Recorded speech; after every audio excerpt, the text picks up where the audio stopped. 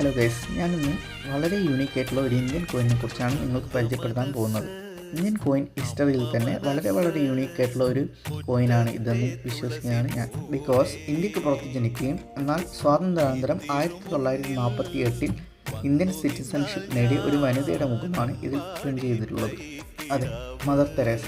1910 April 26 അൽബേനിയയിലാണ് Mother Teresa ജനിച്ചത്. 2010 mother തെരേസയുടെ 100ാം ജന്മവാർഷിക പ്രകാരമാണ് ഈ ഒരു 5 രൂപ കോയിൻ ഇന്ത്യ പുറത്തിറക്കിയിട്ടുള്ളത്.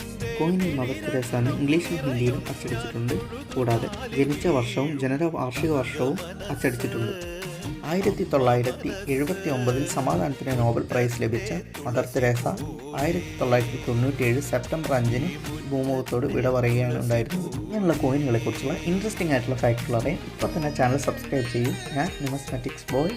ആൻഡ് അടുത്ത വീഡിയോയിൽ കാണുന്നത് ബൈ.